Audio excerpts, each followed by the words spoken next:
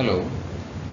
നമ്മൾ ഇന്ന് നോക്കാൻ പോകുന്നത് ലീഗൽ എൻവയോൺമെൻറ്റ് അല്ലെങ്കിൽ റെഗുലേറ്ററി എൻവയോൺമെൻറ്റ് എന്താണ്, അതുപോലെ ലീഗൽ റിസ്ക് എന്താണ്, ലീഗൽ സിസ്റ്റംസ് എന്താണ്, പ്രധാനപ്പെട്ട കൺസിഡറേഷൻസ് എന്തൊക്കെയാണ് ഒരു ലീഗൽ എൻവയോൺമെൻറ്റിനെ പറ്റി ഒരു ഇൻ്റർനാഷണൽ ഫേം നോക്കേണ്ടത് എന്നുള്ള കാര്യങ്ങളാണ് നമ്മൾ ഈ ഒരു വീഡിയോയിൽ നമ്മൾ നോക്കുന്നത്.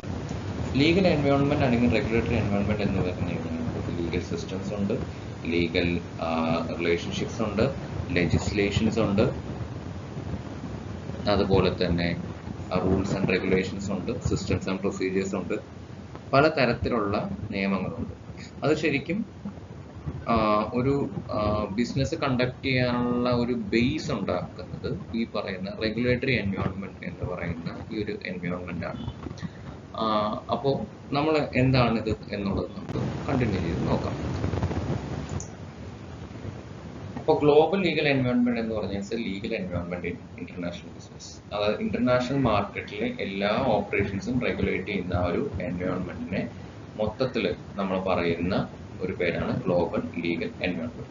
അപ്പോൾ ബിസിനസ് ഓപ്പറേഷൻസിനെ ലീഗൽ റെസ്ട്രിക്ഷൻസ് വെച്ച് അതിനെ റെസ്ട്രിക്ട് ചെയ്യാനായിട്ട് പറ്റുന്ന ഒരു എൻവയോൺമെന്റ് ആണ് ലീഗൽ എൻവയോൺമെന്റ്. അതുപോലെ തന്നെ നേരെ തിരിച്ചും ചെയ്യാൻ പറ്റും. ചില ലീഗൽ എൻവയോൺമെന്റ് കുറച്ചും കൂടി ബിസിനസ്സിന് ഫേവറബിൾ ആക്കുകയാണെന്നുണ്ടെങ്കിൽ പലപ്പോഴും പല ബിസിനസ്സുകൾക്ക് ഒരു മാർക്കറ്റ് അറ്റ്മോസ്ഫിയർ ക്രിയേറ്റ് ചെയ്യാനും ഈ ലീഗൽ എൻവയോൺമെന്റ് സഹായകരമാവാറുണ്ട്.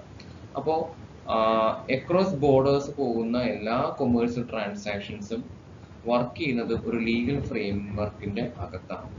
എങ്കിൽ മാത്രമേ അത് ലീഗലായിട്ട് വർക്ക് ചെയ്യുള്ളൂ. അല്ലാത്ത എല്ലാ ട്രാൻസാക്ഷൻസും ഇല്ലീഗൽ ബിസിനസ് ആയിട്ടാണ് നമ്മൾ ക്ലാസിഫൈ ചെയ്യുന്നത്.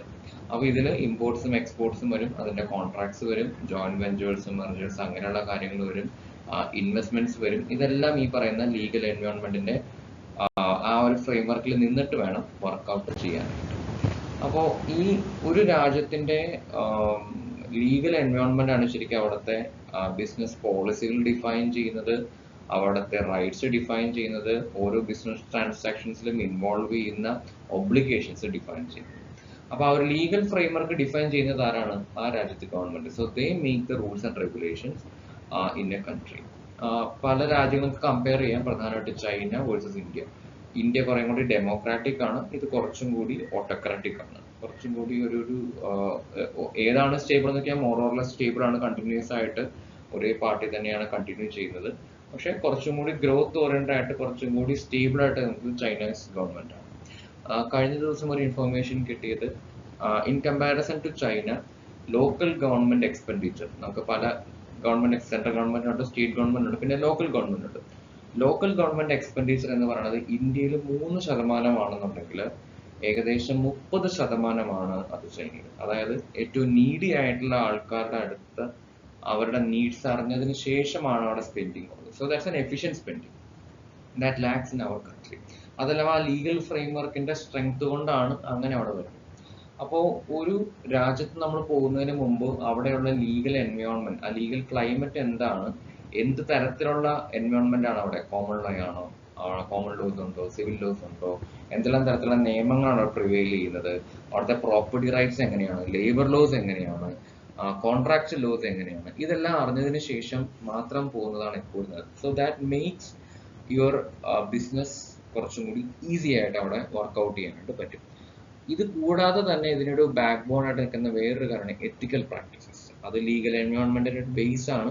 പക്ഷെ പലപ്പോഴും എത്തിക്സ് എന്ന് പറയുന്നത് ലീഗലി ആയിട്ട് അവിടെ ഉള്ളതല്ല, കസ്റ്റമറി ആയിട്ട് വരുന്ന കാര്യങ്ങളായിരിക്കും പലപ്പോഴും എത്തിക്കൽ എൻവയോൺമെന്റിൽ വരും.